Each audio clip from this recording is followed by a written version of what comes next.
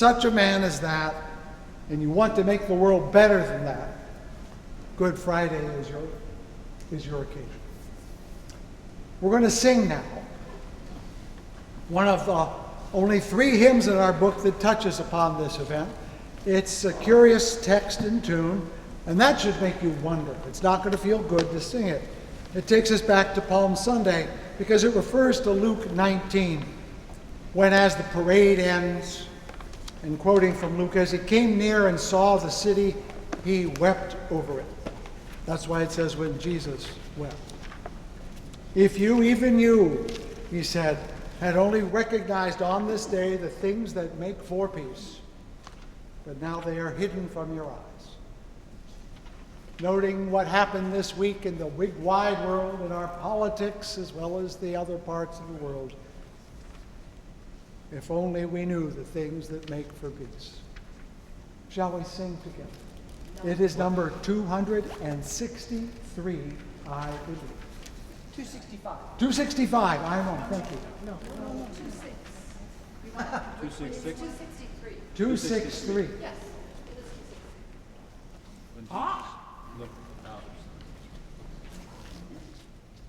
You can stand or sit as you prefer.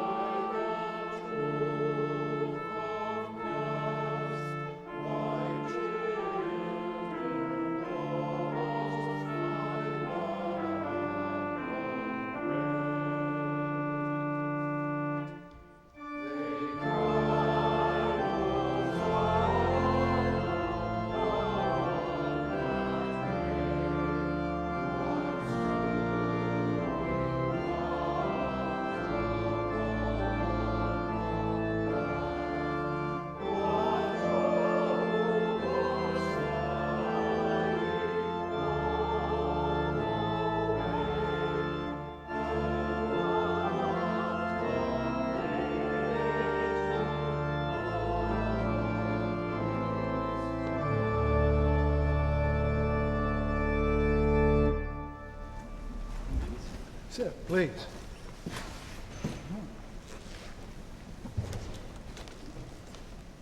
Tough text. Nature of his wrath. It's supposed to be hard. Remember, it's supposed to be hard. But to make it more approachable for you, I'm going to start a few days ago. Actually, back before Palm Sunday. In John, it says 6 days before the Passover, Jesus came to Bethany. It's a town less than a day away. It's where he started to get on the donkey on Sunday. And it's the home of Lazarus. You may remember Lazarus. He raised him from the dead just a little earlier. That's part of what made the authorities a little scared of Jesus. People who can bring people back from the dead are a little scary. They gave him dinner that night. You may remember Martha served. God bless Martha. She works a lot in that kitchen. Doesn't get near enough credit. And Lazarus was one of those at the table with him. That must have been an interesting conversation. And then there was Mary, who, in the middle of that, took a pound, a big, large amount of costly perfume made of something called nard. I'm not sure I know what that is, but it costs a lot of money. And anointed Jesus' feet and wiped his feet with her hair. The house was filled with the fragrance of the perfume. This story appears in all four of the Gospels, although only John names the woman as Mary. Elizabeth Schussler Fiorenza, a biblical scholar of the 1980s, thinks that that's a little too convenient, that the woman actually has no name. Because in the book it says, for ages after, the world will remember her for what she did without giving her a name. What I noticed for the first time last year as I was looking over this story is that the symbolism here involves feet, because we're going to see feet turn up later too. I realize that the last chapter of Jesus' life begins here when he's being anointed, not on Palm Sunday. Now, if you don't know, anointing is what you do to a king. Samuel anointed Saul king, and that made him king. And then David got anointed. It's important. In fact, when a new monarch is crowned in Great Britain, that is the moment that person becomes the monarch at the anointing. It goes that far back. But here, the woman, Mary or some other woman, is not anointing his head like a monarch, but anointing his feet, which is what you do to a corpse. When you prepare a corpse for burial, you anoint its feet and its hands and its head. So that's a foreshadowing of the crucifixion, obviously. But isn't that interesting? Put oil on someone's head and they're a king. Put oil on someone's feet and they're a corpse. Same action, but it means a different thing. What does it mean to anoint the powerful on the feet? Feet in those times, in fact, are even more important than they are now. Nobody had an automobile. Few people had shoes. Feet got old. Feet got dirty. Feet stank. People did not show their feet very much in public if they didn't have to. In fact, in Scripture, especially in the Jewish Scriptures, when they talk about feet, they are sometimes suggesting private parts, because the private parts couldn't be mentioned, but feet were the next step up in nastiness. So you referred to feet as the naughty ones, and they were, because they were dirty and sweaty. And so when the woman anoints his feet and washes them with her hair, she is doing about the most repulsive thing you can imagine a person doing. Think about it. We think of it as this noble act, but everybody in the room probably went, yeah. They were kind of disgusted by this. Especially when you remember that in Jewish tradition, a woman's hair is considered her crown and glory. The most important part of her is her hair. And so she's washing Jesus' feet, the least important part of him. Now, don't get all weird about this. Just notice that there's more going on here than in the words. But Isaiah, how beautiful on the mountain are the feet of those who bring good news. He's saying that at some point in the future, even our feet will have nobility, will be beautiful, will be worthy to be honored. Those who proclaim peace, who bring good tidings, who proclaim salvation. Sounds like Jesus. In other words, the least part of us can be beautiful, when we are engaged in a task of nobility and health and hope. Now, let's return to the woman who anointed his feet, who not only anoints his feet, wipes them, as I said, with her hair. Pretty disgusting. Far from being shocked and disgusted, though, Jesus himself thanks her. He didn't stop her at all. As so often happens, Jesus does not conform to expectations. He has a habit of doing things that people think are the wrong thing. Working on the Sabbath, ignoring his family of origin, talking to women who are not in his family, hanging out with Samaritans. They're pretty disgusting. He eats with prostitutes. He keeps company with tax collectors. He's a pretty low-life kind of guy. Now, if, as Francis of Assisi is supposed to have said, that one must always preach the gospel and when necessary use words, let's look at the gospel Jesus is preaching with his actions. He ignores the lines and barriers of an artificial society, one that puts some above and others below, some as holy, some as impure, some as righteous and some as unrighteous. He spends his time with all the people that everybody else is avoiding. He refuses to be defined by his family or his tribe. We have no idea where he hung out. He could have gone home any day. His mom was waiting for him. She shows up from time to time. But he says, I'll get to you later, Mom. I've got work to do. He is not shocked or shamed at all that he sees. And when a woman falls at his feet and anoints them with her hair, he praises her.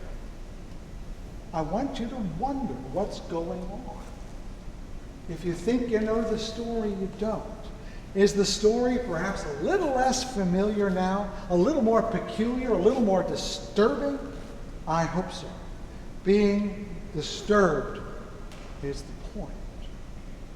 Wasn't it Wordsworth? I'm looking over there. Wonderful Gary Everett. He knows his Wordsworth better than I. And I was disturbed by a presence that brought forth joy. Disturbed. What does the word disturbed mean? It means taken away from where you thought you were to another place. I'm the kind of person that gets really riveted from time to time. And Wendy comes in and says, I've been calling you for 10 minutes. But at that moment, I'm very disturbed. What? What do you want? Have you ever been in such a moment? Of course you have. This story should jolt your head away from the obvious so that you're saying, what is going on?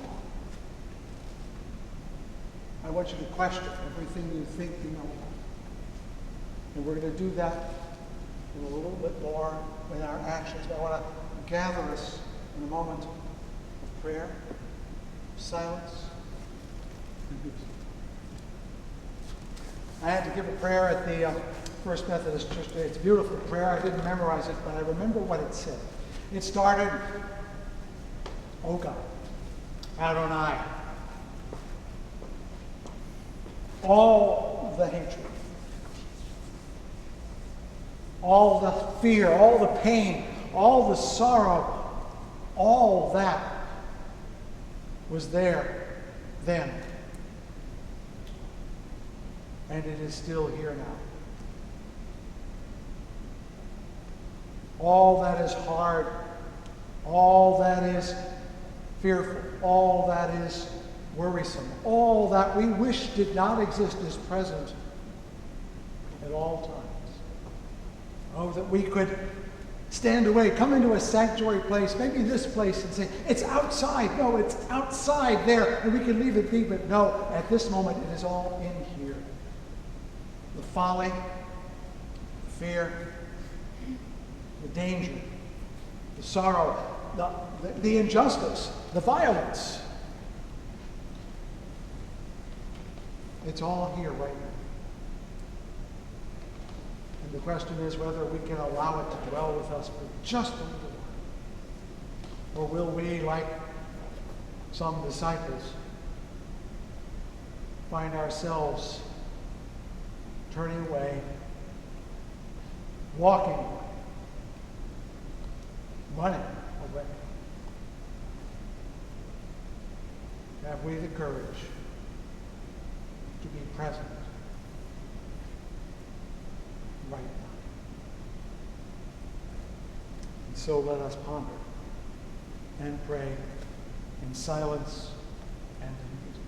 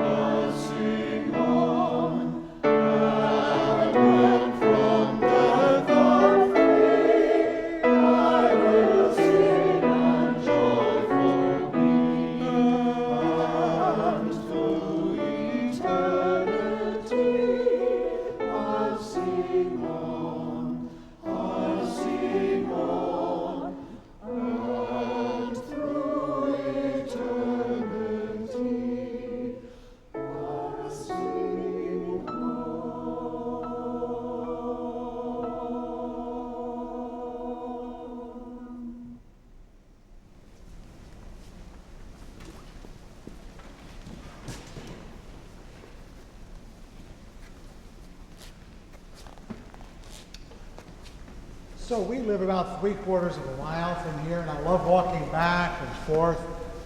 I even like it in January, because then I don't have to park.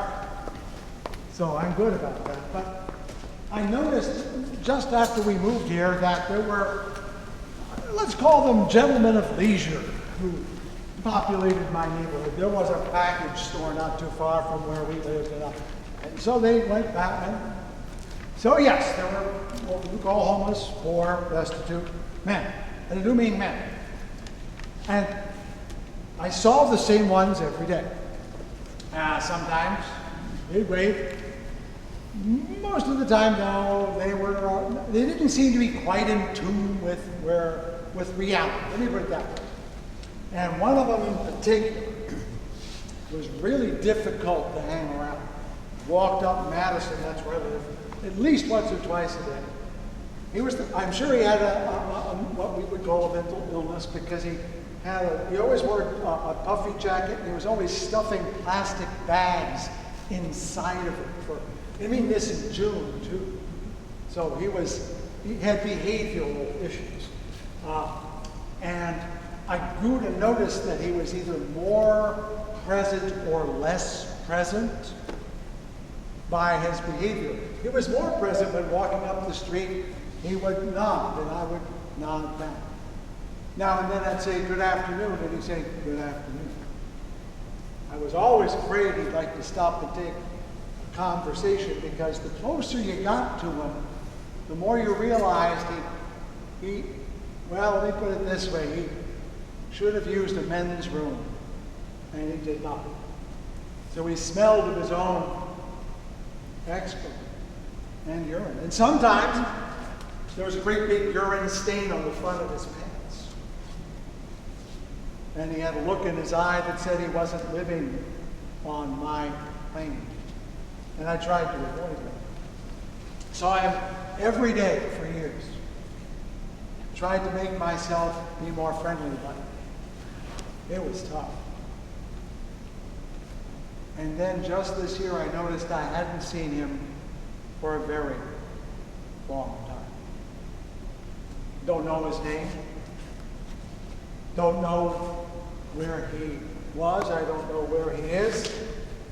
And he's in one of three places as far as I can tell: jail, hospital, or grave. Now, I couldn't have saved him. He may not have wanted to be saved. But I think about it, because he's a presence in my life that I tried not to admit was present in my life. Anybody have people that are present that you'd rather not be there? It's okay.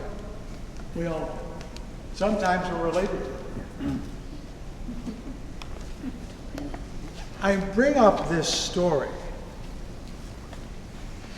because dealing with difficult people is by definition difficult, and we try not to do it.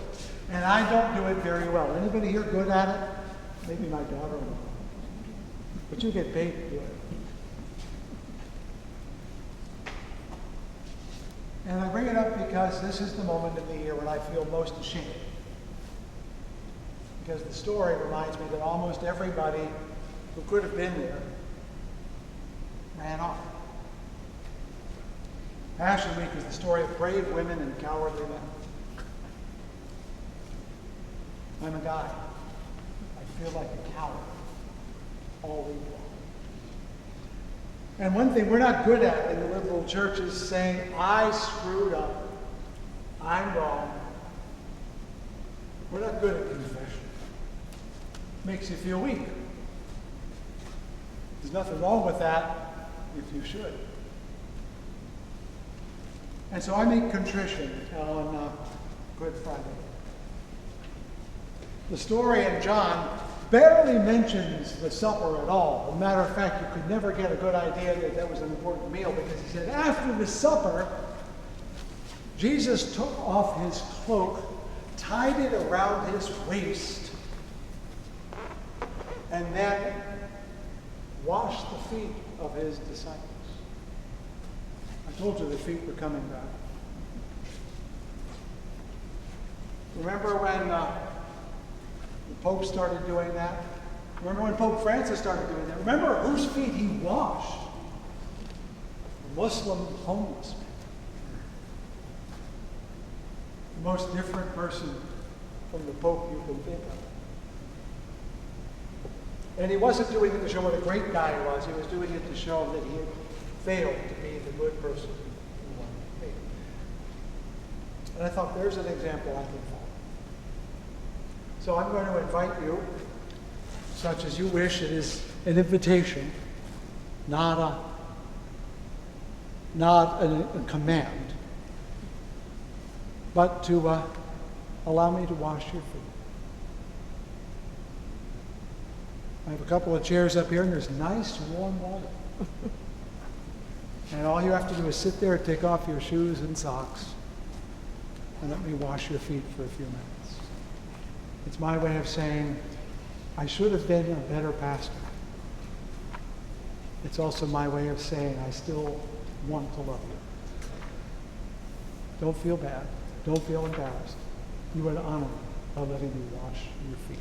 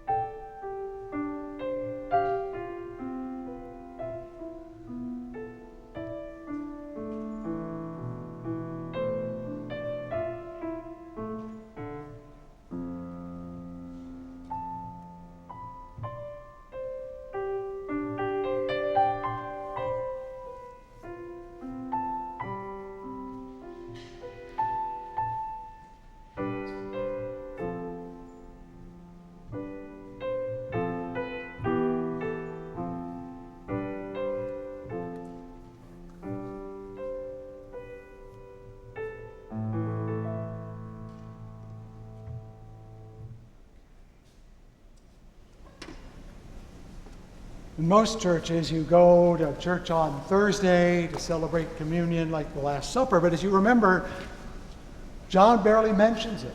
This is his communion service. And when you think about it, it's probably more intimate.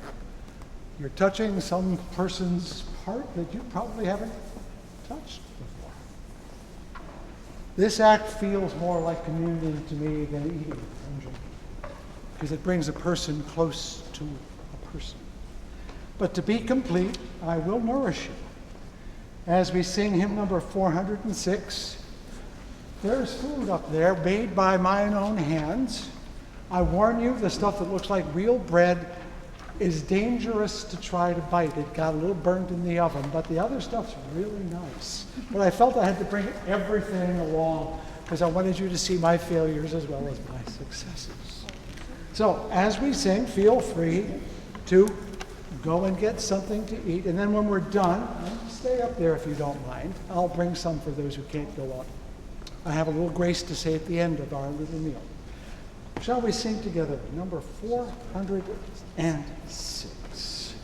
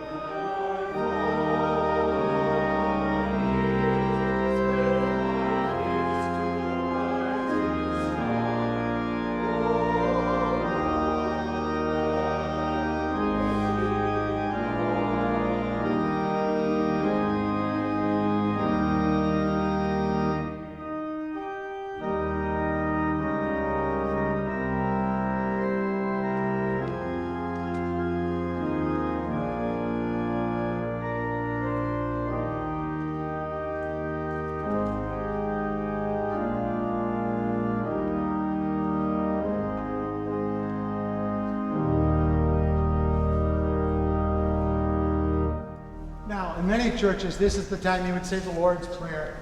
But you may not know the Lord's Prayer was not made up by Jesus out of thin air. There's a great tradition of prayers like that in the Jewish community. And in fact, they say grace at the end of the meal. And when you think about it, that makes sense. You've eaten the meal. How grateful are you now? Even more than when you were looking at it. So we'll say grace. Baruch Eloheinu she'achalnu mishalo utuvach hayenu. Praised be our God, of whose abundance we have eaten. Praised be our God,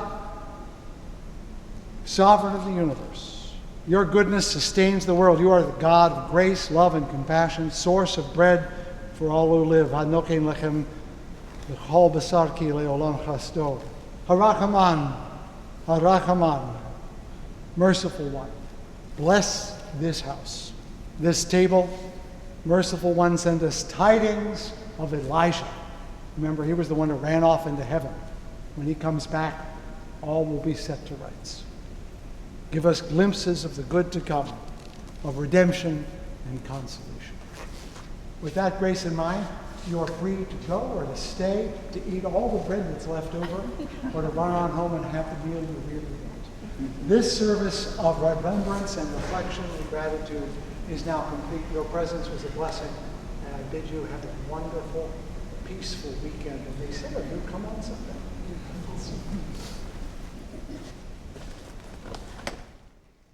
And there's plenty of, it's Italian matzah.